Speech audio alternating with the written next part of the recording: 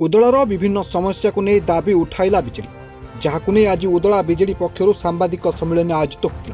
पूर्वतन बिजेडी विधायक श्रीनाथ सोरेन यह सम्मेलन आयोजन करता बेले आज भी विभिन्न समस्या उदलावासी जर्जरित बोली से अभियोग आनिछथि।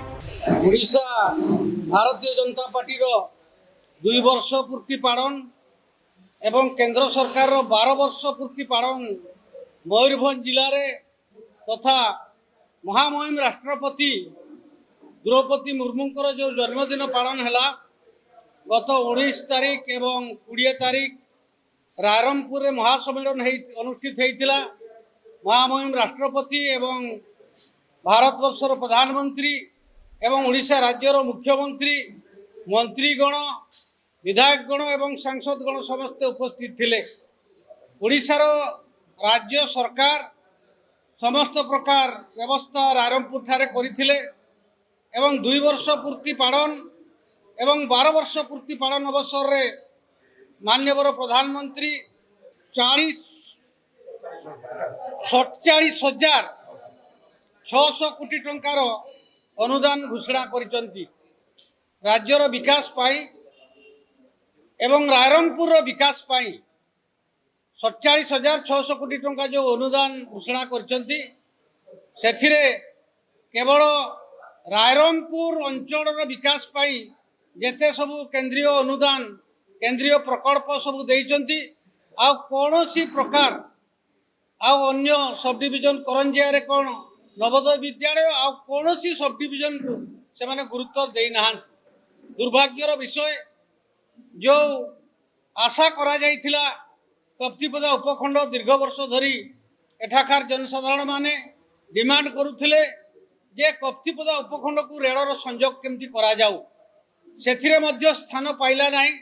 भारतीय जनता पार्टी नेतृमंडली एठाकार जी एमएलए मान्यवर विधायक 4 थर एमएलए एवं से वर्तमान मयूरभंज जिलार प्लानिंग बोर्ड अध्यक्ष मध्य अछंती किंतु तांकर कौनसी प्रकार से दाबी उपस्थापन करि पारि नाहांती। आम पाखरे जहाँ तथ्य अच्छी कप्तिपदा उपखंड संपूर्ण भाव में केंद्र सरकार एवं राज्य सरकार पक्षर उपेक्षित करा जाइछि। आम पाखरे अनेक स्कोप अच्छी किंतु से माने सुजोग दे नाहांती भारतीय जनता पार्टी। एठी आज्ञा देखंतु नीलगिरी शेरगढ़ नीलगिरी रास्ता से माने जातीय राजपथ करिनेले झरण घाटी बारिपदा पर्यंत उपेक्षित होकर रहिला।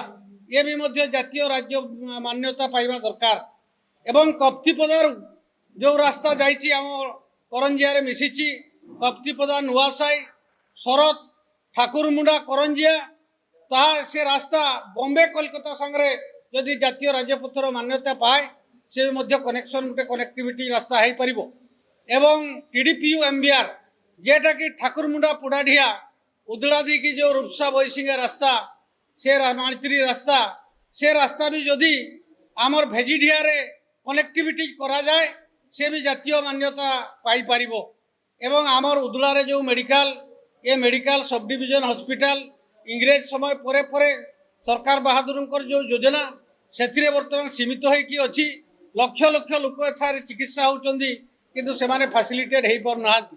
ये जिलार जदि मान्यता प्रदान करा जाए उदड़ा मेडिकल ये समस्त पई सुविधा सुजोग हेई पारिबो। ये भली अनेक प्रकल्प आम पाखरे अछि। सेंट्रल स्कूल हेई पारु नाही नवोदय स्कूल नवोदय विद्यालय नाही एवं आम पाखरे गोटे खेल पड़िया मध्य गोटे स्टाडियम करवा ये भली किछि व्यवस्था नाही। ये अंचल रे शीतल भंडार आवश्यकता अच्छी ताही भी मध्य नाही। जेहेतु डबल इंजिन सरकार एवं जो विधायक उदला रे भारतीय जनता पार्टी विधायक अछंती से 4 थर विधायक एठी एवं अनेक क्षेत्र रे से कहउचंती बहुत विकास करा जिवो। कोन विकास तार अर्थ कोन तार माने कोन ये तो केंद्र अनुदान 46,000 कोटी टंका घोषणा करा गला अनुदान आम 40,000 46,000 50,000 केते कोटी टंका से घोषणा कले किंतु उदड़ा गोटे टंका भी पाई पारला नहीं।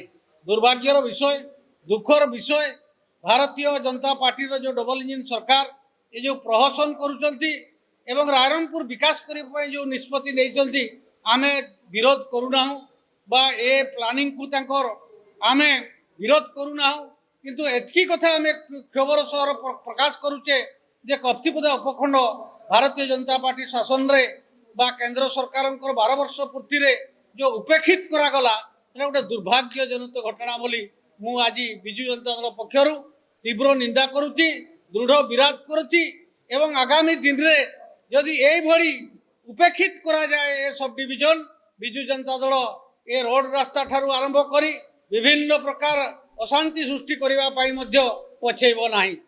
उदलारू दीपक मिश्रଙ୍କ रिपोर्ट रिपोर्टर्स टुडे।